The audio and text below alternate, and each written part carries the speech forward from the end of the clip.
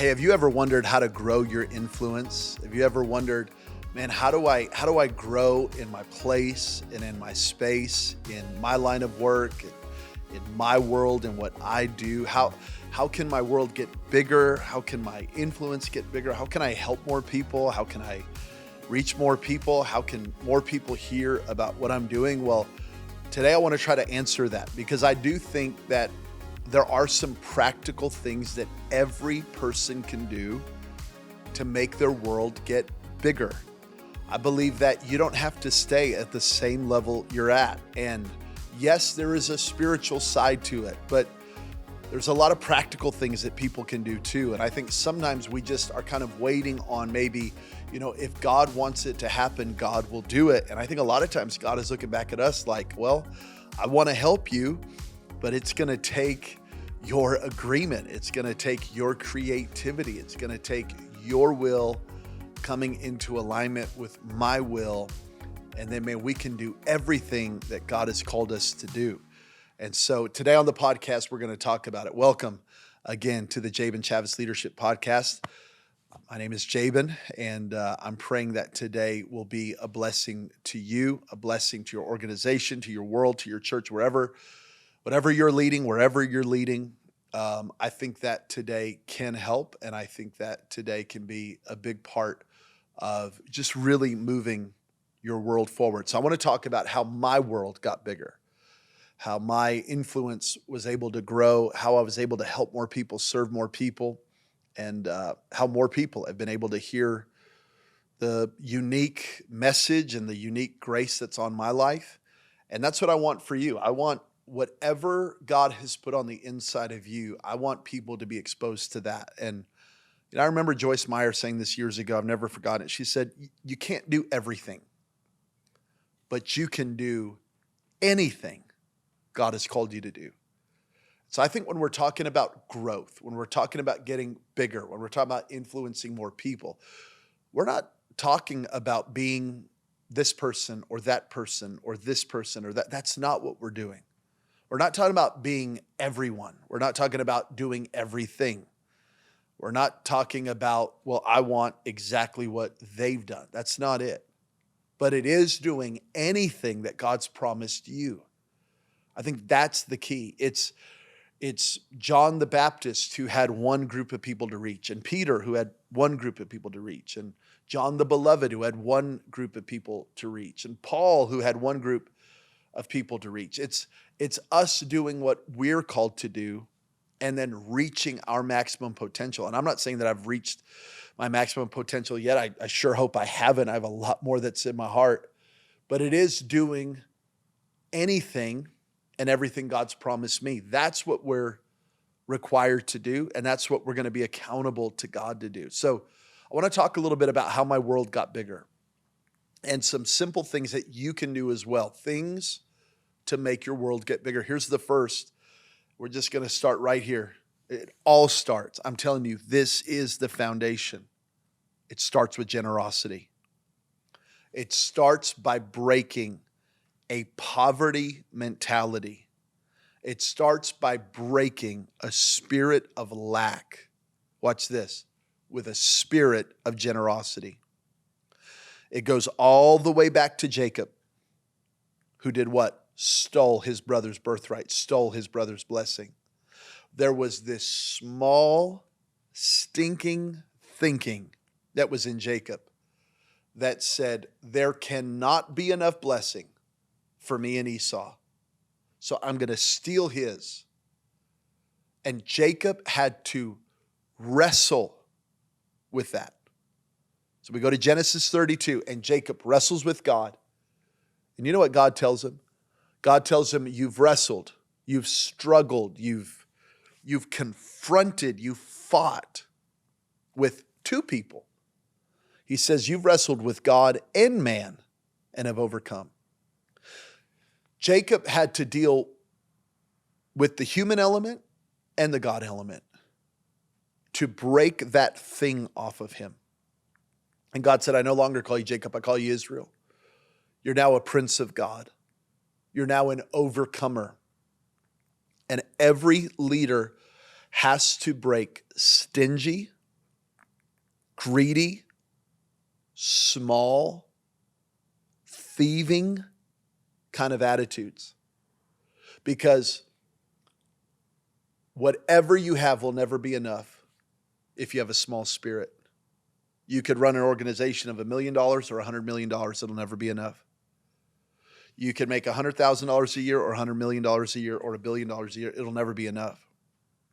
Because until you overcome, until you wrestle and overcome that thing, it's never going to be enough. And the way you break it is you don't pray it out. You don't read your way out of it. You don't fast your way out of it. You don't speak in tongues your way out of it. You give your way out of lack and poverty. You give your way out. So what happened with Jacob? He wrestles with God.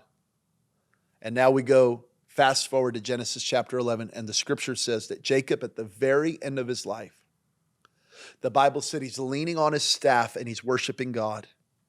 And he begins to bless the sons. Jacob went from stealing blessings to giving blessings. Jacob went from there could not be enough blessing for me and my brother to now blessing a generation. The old saying is that we're born looking like our parents, but we'll die looking like our decisions. It doesn't matter how you started. It matters what you do now. That ultimately your future is not decided by what has happened to you. It's gonna be decided by what you do. And because Jacob wrestled with God and because Jacob confronted these issues, he was able supernaturally to now give. He was born a taker. He was born a thief. He died a giver. And if your world is ever going to get bigger, you're going to have to embrace generosity. Generous giving, hard work, and wise stewardship. That combo. That's the combo. That's the trinity of prosperity. Generosity, hard work, and wise stewardship leads to prosperity. But here's what I want to say. The foundation of that, though, is generosity. So I work hard and I'm a wise steward, but the generosity is the foundation.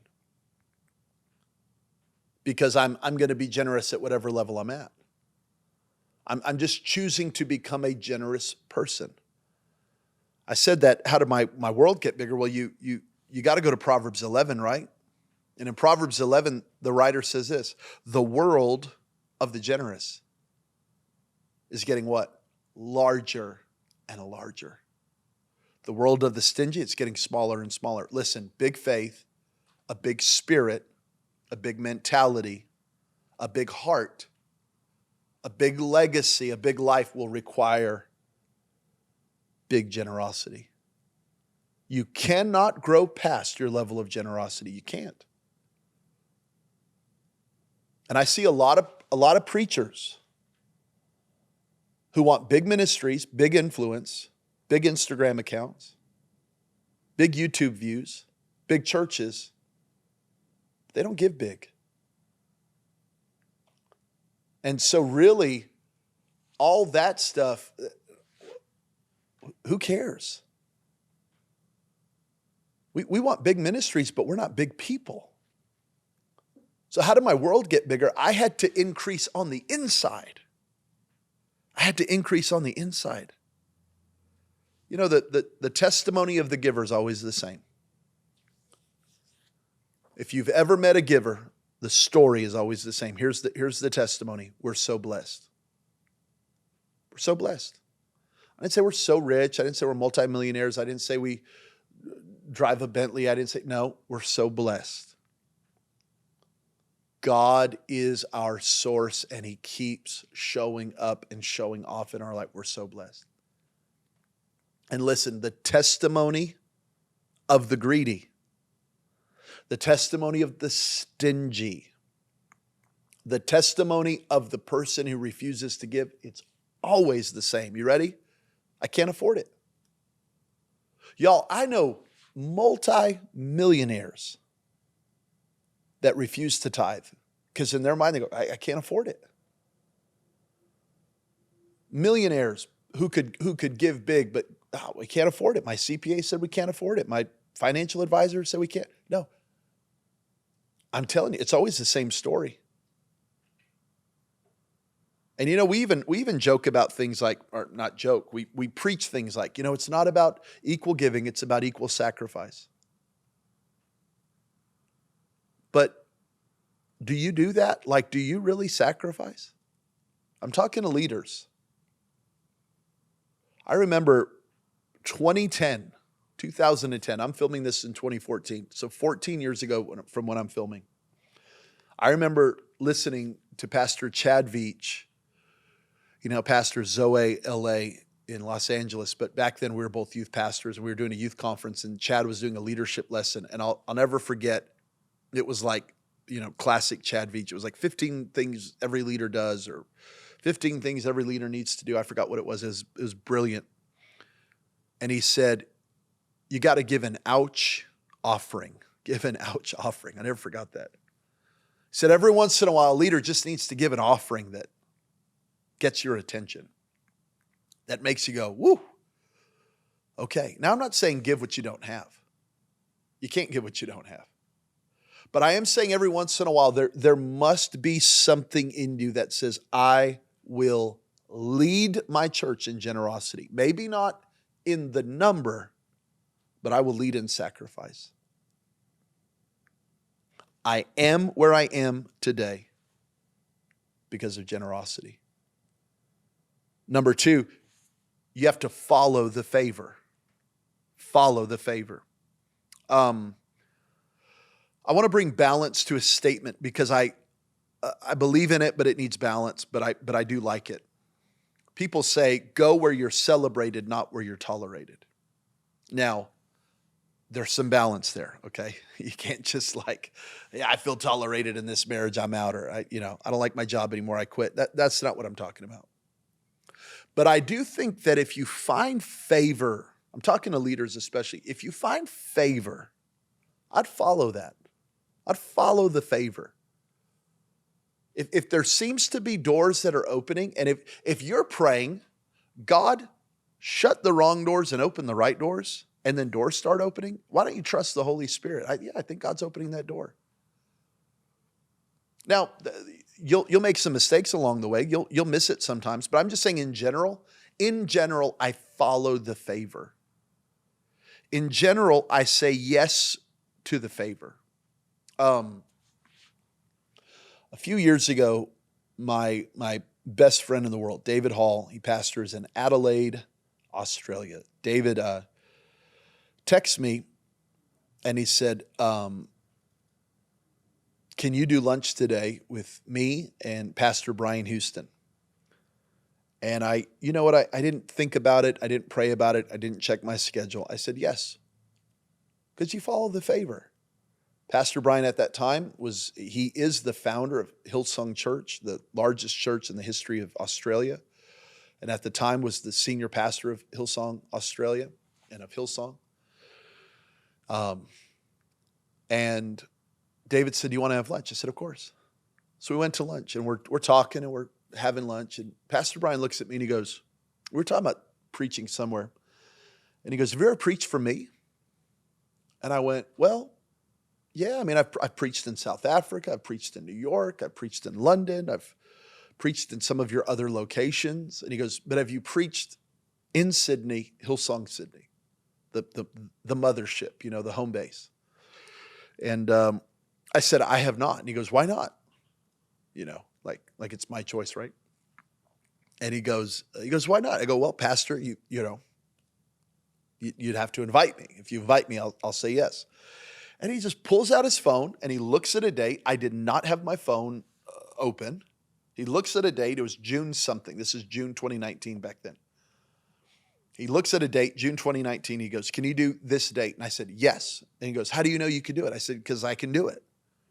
He goes, what if you have something? I go, it's canceled. he said, yeah, but are you really free? I said, I'm free. And he just started laughing. He said, check your dates. I said, I don't have to check my dates. It's done. I'm coming. Because you don't look at that guy and go, well, let me check the calendar. Let me pray about it. Let me think. No, you follow the favor. You say yes. The first time I ever got invited, I hope I'm not name dropping. First time I ever got invited to Elevation Church, October 2019. So that same year, October 2019, on a Tuesday, I got a text. What are you doing Sunday?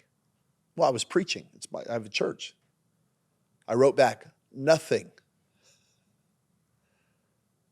Really? Yeah. Can you preach Sunday? Yes. What are you going to do at home? I don't know. Do you have someone who can fill in for you? We'll figure it out.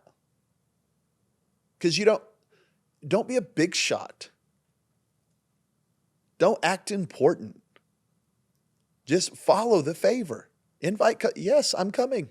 Of course. So he got off the phone and we figured out who was going to preach for us that Sunday. You go through the open door. I just think so often we want to kind of look important or over spiritualize things. For me, I'll never forget Craig Rochelle teaching a group of us pastors one day. He said, I wake up every morning and I have a time with God and I read the word and I pray and I give that day to God. And then I go through the open doors and I work really hard. And I believe God is leading and guiding me through the day. Not everything needs to be a 40-day prayer and fasting. Just surrender your day to God and then go. Follow the favor. See, favor requires a favorable disposition. Favor requires a favorable disposition. Don't be difficult. Don't be difficult. Like if every answer is a hem and a haw and we'll see and I'm really busy and I got a lot going. There's no favor for that. People get tired of that. The favorable disposition is like, it's honestly, it's more like I live like it's yes unless God says no. There's a yes about me. There's an interest about me. There's a I think it's a yes. That's just kind of how I live. Follow the favor. If God gives you open doors of opportunities to go down certain situations, go do it. Don't argue about it. Do it. And figure out the details later. But I just think we make things too difficult. Follow the favor. Here's another one. Number 3, grow your gift. Grow your gift. Big shout out, Pastor Dr. John Maxwell, for his book, Talent is Never Enough. If you've never read that book, you got to read that book. Talent is never enough. There are so many talented people in the world.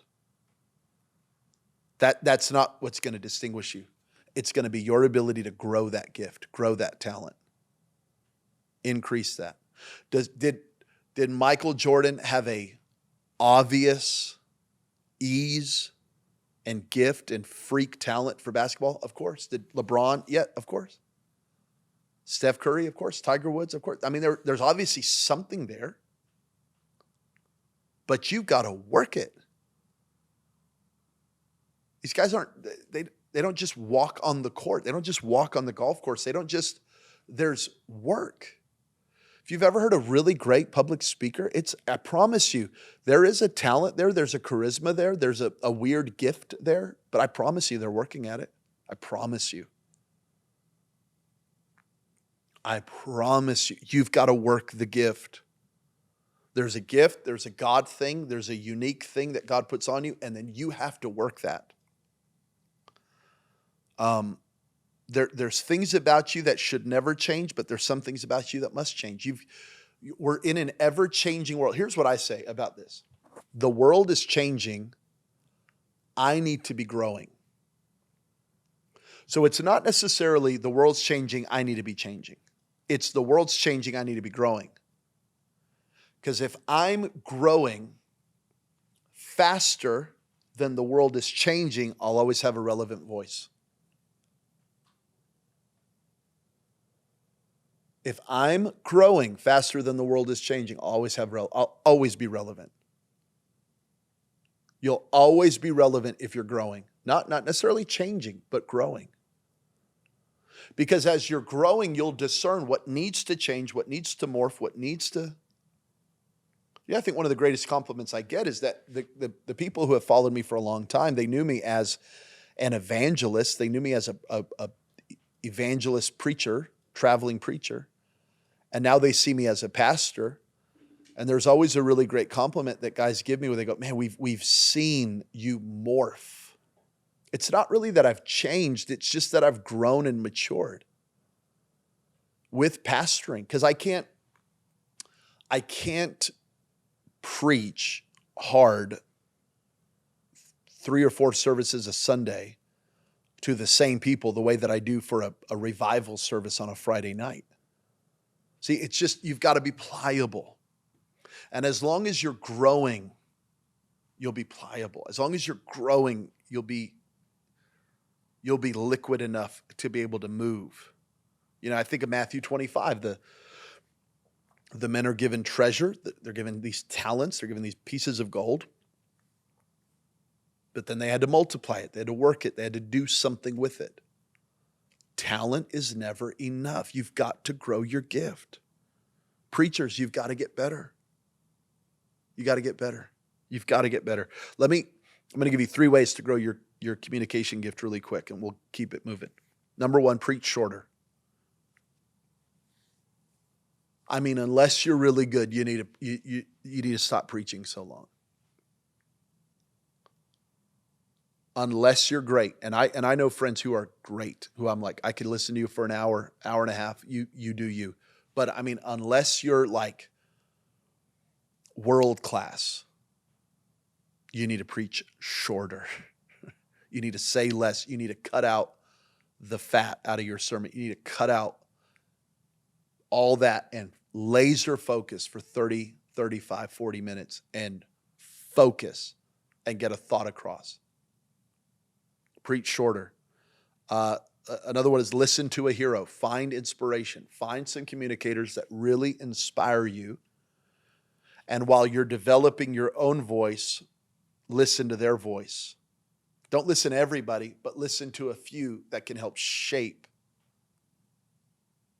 your voice. And then, of course, watch yourself. Go back and watch it.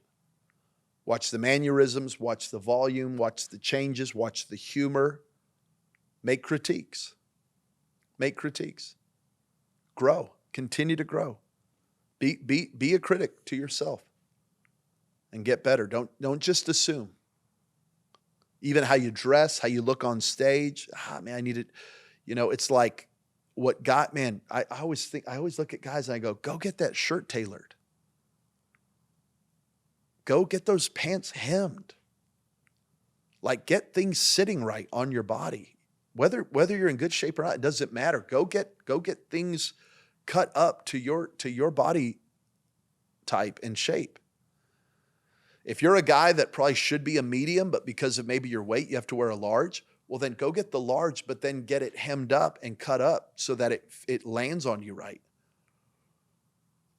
Your pants, get them hemmed so that they sit right perfect with your shoes. All those kind of things are little things that you can do. Think about those things.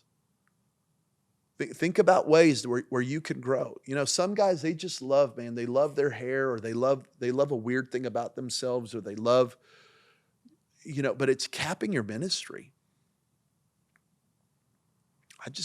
I'd give yourself a second look. Number 4, communication. My world got better as I became a better communicator. When I talk about communicating, I'm talking about how I talk to people. Here's my challenge. Talk up to people. Stop talking down to people and start talking up to people. Start being interested. I've talked a lot about this, so I'm gonna keep it moving, but refuse entitlement. Just refuse it. Conversations means it's a two-way conversation. It means you're listening. You're not just talking. You're interested. You're interesting. You're up to date on things. You know, like if you want to be good at conversation, like you should know a little bit about the stock market, a little bit about what's happening in news, a little bit about sports. You know, like I'm not a sports fanatic, but I can hold a conversation about what's happening in sports. I'm a little too obsessed with politics. I have to back down because I can get a little weird. I like to be a little in the know on economy and money and things like that. Like just know some things so that you're just a little more aware. Level up your communication. People will like to talk to you. People will be drawn to you. Let me just give you 3 points very quickly. You got to know how to talk to a father, a brother, and a son. You have to know how to talk to a father, a brother, and a son. So you got to know how to speak to authority. Ask questions, be interested, learn, absorb information, come with a plan. You got to know how to talk to a father. Remember that when Paul talked to Agrippa and when the Hebrew boys talked to Nebuchadnezzar, they both addressed them as king. King Agrippa, King Nebuchadnezzar. There's a way to show honor. Speak with respect. Speak with honor. Nebuchadnezzar is warning the boys, I'm going to kill you. And they go, oh, King Nebuchadnezzar. They showed respect. Agrippa's got Paul under house arrest, and he goes, oh, King Agrippa. Learn how to talk to a father. Learn how to show respect. Here's another one. You got to know how to talk to brothers. Joseph didn't know how to talk to his brothers. He knew how to talk to mom and dad, but he didn't know how to talk to his brothers. And it almost got him killed. Learn how to talk to peers. A lot of guys are all they do is lead. Like I'll talk to preachers sometimes. They don't know how to talk. They just preach. You sit down at lunch, you pick up the phone, they just preach to you. They don't know how to talk. And I'm not judging them. I'm not mad at them. They don't even know how to talk anymore. You got to learn how to talk to brothers. You've got to have friends. Not everything can be a preaching contest where you're sharing your latest revelation. There's got to be, you got to be bigger than that. You got to be better than that. You got to have some hobbies. You got to have some interests. You got to like some things. Or not everything is just who's got the best revelation. But it's like, it's all you do, and you think you're Elijah. You got to calm down. You've got to learn how to talk to brothers. Because if you're only sharing your dream and how favored you are and how spiritual you are, people are going to want to do to you what they did to Joseph. So you got to chill. And it's like, oh yeah, Joseph ended up in the palace. That's true. But in his immaturity as a young man, he did not steward well the gift that was on his life. You've got to be careful. Number 3, you got to know how to talk to sons. You got to know how to speak life, give wisdom, be open, be transparent. You got to learn how to show love and encouragement. And, don't speak to a son like you speak to a father. Don't speak to a father like you speak to a son. Don't speak to a son like you speak to a brother. Brother like a son. Don't do that. Don't overshare with sons. Don't get too real and too honest with sons, because sometimes they can't handle that side of your humanity. So you got to be careful. Sometimes pastors can get too comfortable with their team and they just start opening up too much. And, their team's looking at them like, I didn't know you were human. I thought you were an angel. I can't hear this from you. So you do have to you have to be careful not to overshare with sons. With sons, we speak life. With sons, we give wisdom. With sons, we help them grow. We give advice, unsolicited advice. Yeah, I don't ask Goldie if she wants to hear my advice. I give her my advice, my daughter. Okay, with staff, I don't, hey, can can I help you with this? No, I say, hey, I see this in you. I want to help you here. Let me help you. Speak to sons like sons. Now, you don't talk down to them. You talk up to them. But you do, with a brother, it's solicited advice, excuse me. With a brother, you're going, hey, can I share this? I see this. With fathers, you never rebuke up, ever.